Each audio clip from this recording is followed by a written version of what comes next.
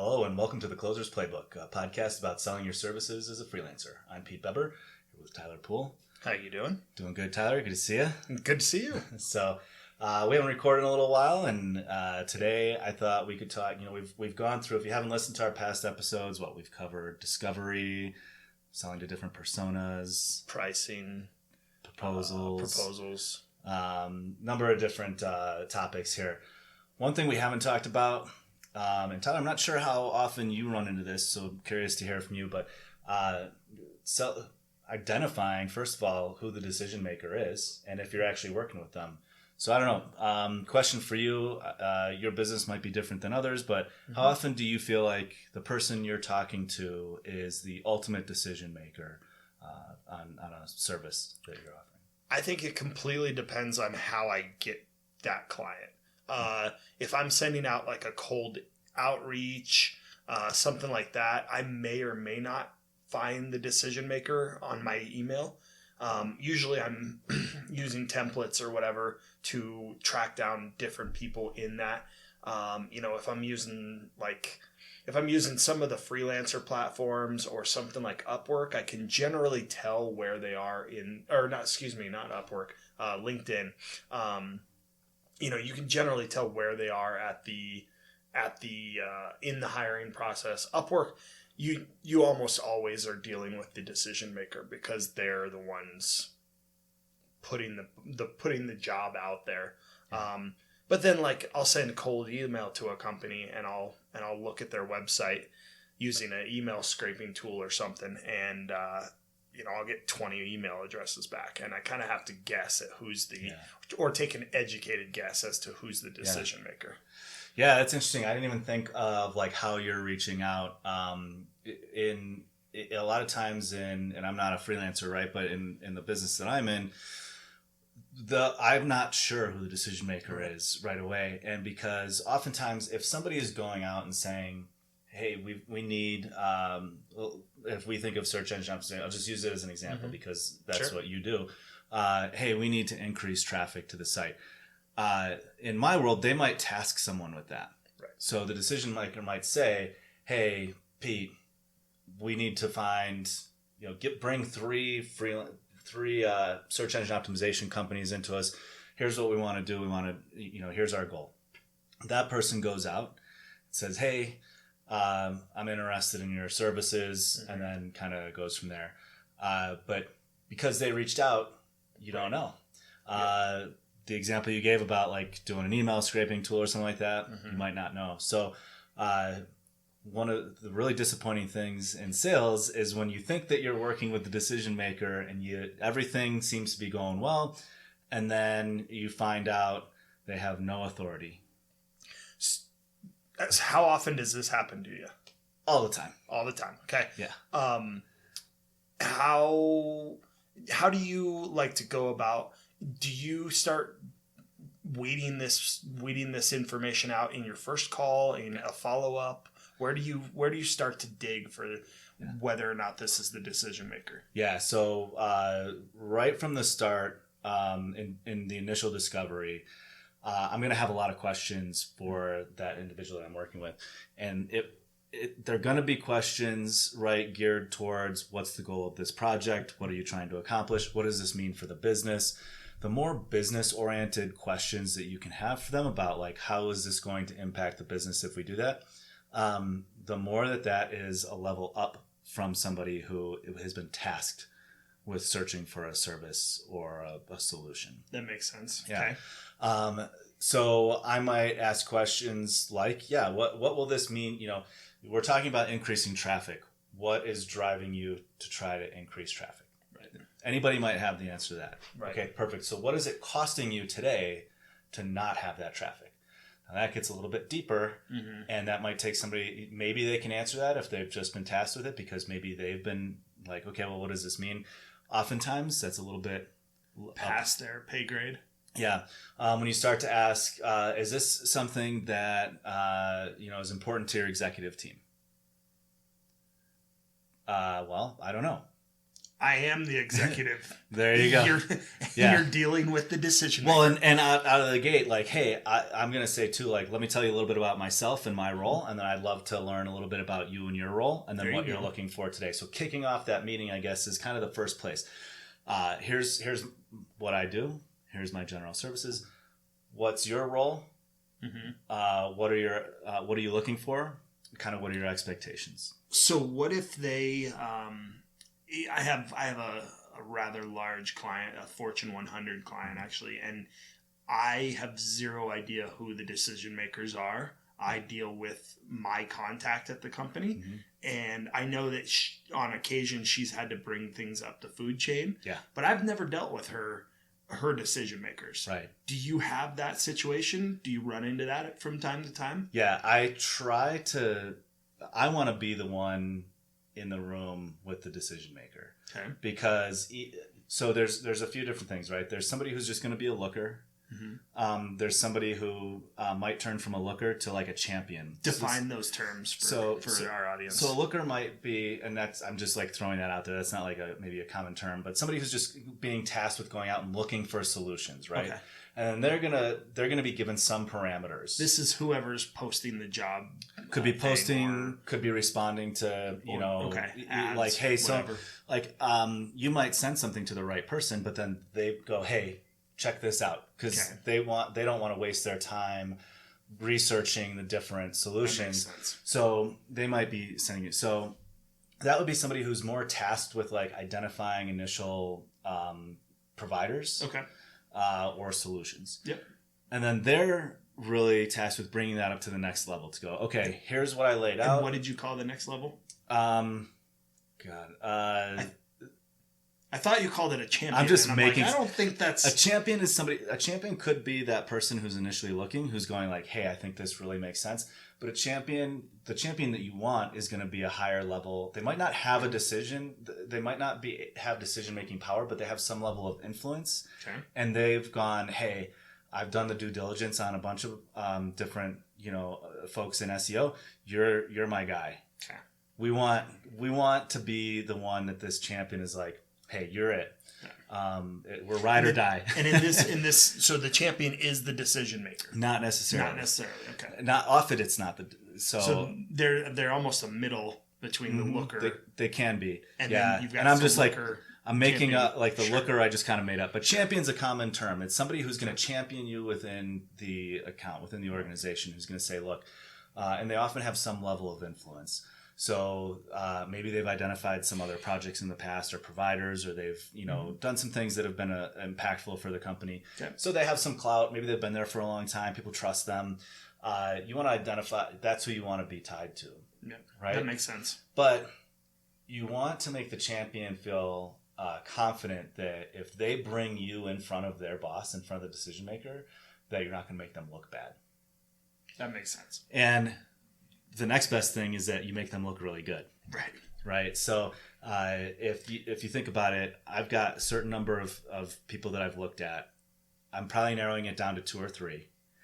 Yeah. And then this is also where relationship building really pops in, because most people who are hired for jobs, well, I shouldn't say most, but a lot of times you will hire somebody because if you're looking for a job at my company, Tyler's pawn shop XYZ and there's a business owner above me. I'm going to speak very highly of you because we've got a previous friendship and everything. Right. Makes sense. So perfect example of why championing is so important. And some of the things that we've talked about in past episodes, right, is doing that really good discovery, understanding what, and part of that discovery is asking those questions that are going to be a business decision maker is the one who's going to be the one to answer it. And understanding what the impact is going to be to the business, giving that proposal that is really dialed in, that is like, we totally understand what we're all on the same page here. Yep. Right. We're laying out our expectations. We're all looking at the same thing. And there's no reason to give that proposal to a looker. Well, you might have to. Okay. You might sometimes, but if you're there, what you want to do is move up. And so ideally you're giving that proposal to not just the person who's looking, but to the champion and ultimately the decision maker. And I've heard you say when we've been talking about other sales calls, I forget exactly how you word it, but something along the lines of, hey, would you and so-and-so being the champion, be available for a call at blank? And you set your time, you include this other person. Yeah. And that's in order to step up the ladder. So I'm gonna to find out who that is. I would ask a question like, okay, we've had a lot of discussion about this, but in my experience, often there's other people, other maybe stakeholders who might have questions or concerns who'd be involved in this decision. Who other than yourself would basically have questions, concerns, or be involved in the decision? Okay. Here, right? That makes sense. And sometimes if you haven't built enough rapport, if you haven't shown that you're, kind of really focused on them and their organization, that can be a checkpoint, because if they're like, well, there's other people here, but, right now we're just going to work together. Okay. So I haven't uncovered something. I haven't made them feel confident yet. Or built a level of trust. I think that's a really good way to put it. So I haven't built that level of trust with them. I haven't shown them that, like, if they bring me to those other people, that I'm not going to make them look bad. So what I want to do is, okay, well, hey, whenever I give my proposals, I prefer to have everyone who's a stakeholder present, because it really just shortens the whole cycle for us, right? It makes sure we're all on the same page. So if I run through that proposal with you all and there's concerns right away, we can address it right there versus a back and forth that has to happen. That makes sense. Right? And if I haven't done enough to ensure you that I'm going to give a good proposal to you and the other folks and the other decision makers, then let's take a step back. And what are we missing? Okay. Right. So, because ultimately, if you're not dealing with the decision maker, there's more risk. Right. You're basically putting your opportunity into this person's hands and hoping that they sell you as good as you would. Expand on that a little bit, because I think we've talked about this enough that I know where you're going, but I think this is a concept that deserves a little more diving into. Yeah. So if you're my prospect, right, and I don't know that you're not the decision maker, or I find out you're not the decision maker, and you're like, look, I'm evaluating all these, providers, and I'll work with our board or whoever, and then I'll bring back a decision to you. So at this point, I give you my proposal. If I'm selling to you, then they're saying, give me your proposal. I'm taking everyone's proposals to the decision makers. Right. Yeah, and so why is that such a bad thing? Because you know your business really well.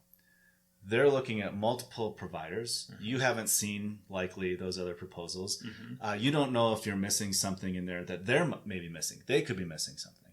So you don't have an opportunity to ask those people who are making the decision if something is missing, if they have concerns. And you're asking somebody who's not familiar with your business or necessarily what you do to go and tell somebody else, hey, we should go with Tyler. And you also don't know if they feel that there's somebody else who they like better. Yeah. And I mean, in short, you're putting the sale in the hands of the looker or the champion, not in your own hands. You're taking the opportunity to sell yourself or sell your product out of your own hands. So, why would you do that? You've spent the time working on your business or your product, whatever it is, sell it to the people who matter. Right. So ultimately, really good discovery is going to be key. Asking questions like, who besides yourself will be involved in making this decision, or who may have concerns. In my world, a lot of times I'm talking to a controller or a CFO, but I might also be talking to a VP of IT. I talked to a CIO the other day. I could be talking to somebody in procurement. Mm-hmm. Well, the thing is, all of those people are probably involved in that decision. So when I finish my initial discovery, the next step I usually end it with, hey, so it sounds like maybe we have some legs here. There might be something. Would you disagree? No, that sounds like there's something here. Perfect. So it's been my experience that you're often not the only person involved in the decision. Am I wrong in assuming that in this case? No, there's going to be other people, right? Perfect. Series of no related questions. Yeah. So then, great. Well, so that we don't get all the way down to the 11th hour with this project and this proposal with you and me working on this, and maybe even people on your team or my team, my proposed next step is that we bring people who may have concerns or questions who would be involved in the decision onto the next call. And I would encourage them to bring questions. And if they want to share questions ahead of time, I'll even prime the pump a little bit and say, here's a few things that often come up. Right. So I'll seed it because then it's like, I'm not afraid to address objections. I hear them. And let me just throw some out here because people are going to say it anyway. Right. So why not call out the elephant in the room? I was going to say, get it on the table. Right. And then not every time, but most times they go, yeah, you know what? Actually, they'll start rattling people off. Or they'll go, you know what, I think this department, yeah, we should probably have them in. But I'm also giving them suggestions based on what I've seen with other customers. Mm-hmm. So if I, like talking to that CIO the other day, it was, hey, usually like procurement, usually finance, and sometimes operations often want to be involved in this decision or have to be involved in this decision. So I said, am I missing anybody there who would have questions, concerns, or have a stake in what we're talking about here? And he rattled off a few people. It's like, great. What I'd like to do is, do you have access to their calendars? Can we put something on their calendar right now? Right. And that often doesn't work. That oftentimes it's like, well, hold on, I got to do some coordination, right? Perfect. Can we maybe put a tentative on the calendar for your and my calendar, and you can invite them. I'll send you the invite, and if the time works for others, include them, right? And if not, the next thing is usually, no, I got to have some conversations, and I'll say, perfect. If I don't hear from you by Thursday at end of day, would you be against me just sending you a quick reminder email? So how do you handle it if you've had, let's say, 2-3 conversations with the person, the looker, and they keep saying that the champions or the decision makers will be on the call, but they continually don't show? And you're almost spinning your wheels. Have you run into that? And if so, how do you deal with it? So if they're saying they'll be here, then... and they don't show to the meeting, I'll just say, hey, it sounds like it's important for them to be here. So let's just reschedule. Okay. Let's not have that meeting. We'll give each other time back in the day. I'm sure we both can find some other stuff to do. Sure. Let's look at another time or another day. Cool. And push to have them on. If they are unwilling to get those people on, you're fighting an uphill battle. There's something you're missing. Or you could say, look, I just want to be sure, are they not showing up because this isn't a priority? Is there something else that's a priority? Because and this is almost something that you can use to qualify them out, because at some point, if you're not a priority, then the project isn't that important, and you're probably not getting that sale anyway. Right. And sometimes I just say, I've had customers who are like, well, we just spun up this project, or we thought this other project was going to be closed out by now, but it's probably going to be, just yesterday I had one, it's going to be mid-April before it's actually closed out. We said, great. Let's just put something on the book for the last week of April. That way, if it bleeds a little bit over, we're good. But timing is a big thing. Sure. if there's a project that's another priority, you don't want to be, you don't want to just constantly be like, hey, just checking in, like there's no value there. You could even ask in that scenario, like, hey, I don't want to be just like the pesky sales guy here. Sure. So let's just set proper expectations. Mm-hmm. It's okay if this isn't a priority. Let's get that out now. Right. If you have another project that's taking precedent, that's fine. Let's put something on the calendar now for the future. Let's grab a date not too far in the future, right? And then we'll go from there. Maybe just before that project comes to a close, we reconnect so that we make sure all the requirements have remained the same. If anything's changed, that way when we bring these other folks on, we're not wasting anybody's time. Yeah. So you're looking out for them to say, I don't want to waste those people's time. I don't want to waste your time, but let's get something. Let's not let this get away from us. I like it. Yeah. There's probably a lot more we could talk about, but I think to sum it up, it's really good discovery. Yep. Asking some challenging questions about some business impact questions. Right. Like what will this mean for the business? What is it costing you today by not doing this? Something they may not know. Something that higher ups generally know. Right. And not your average, Yeah, frontline sort of, like they probably don't know it. Financial stuff is a big kicker there. Yep, so financial stuff for sure. So that really good discovery, asking those questions, and then leading them to where you want to go, right? So who other than yourself? Leading them to who else you want on the new call. Yeah, helping them to think about who else, because there might even be other people that they haven't thought about. I've had too many projects that in the 11th hour, somebody comes in and is like, whoa. Wait a second. I wasn't involved in this. What are we talking about here? And, you put potentially, months of conversations, and you've maybe even, you've scheduled out some time just for that paper to not get signed at the 11th hour. And it sucks. Yeah. Oh, yeah. So it helps you further qualify a customer in or out. By making sure you're talking with a decision maker, or that you can get to that decision maker. Yeah. So it'll happen a lot. People will say they're the decision maker all the time. They're lying to you. And sometimes people just want to feel like they're the decision maker.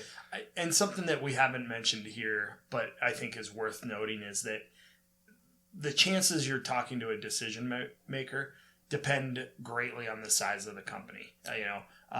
Pete and I were talking about this before we pressed record, and I don't deal with this situation a ton because I deal with mostly rather small operations where 1 to 5 employees, 1 to 10 sometimes.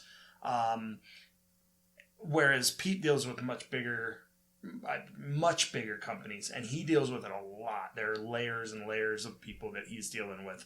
So if you're working local SEO, you may not deal with this. But if you're looking high dollar sales of some sort, this episode's going to be more important. And I think too, that's a good point about the high dollar sales, because the higher the cost, the higher the decision maker probably is in the organization. Yep. Yeah. So, cool. All right. I think that's a good note to end it on. Thanks, Tyler. Yeah. Have a good one, everybody. Talk to you next week. All right. Bye, guys.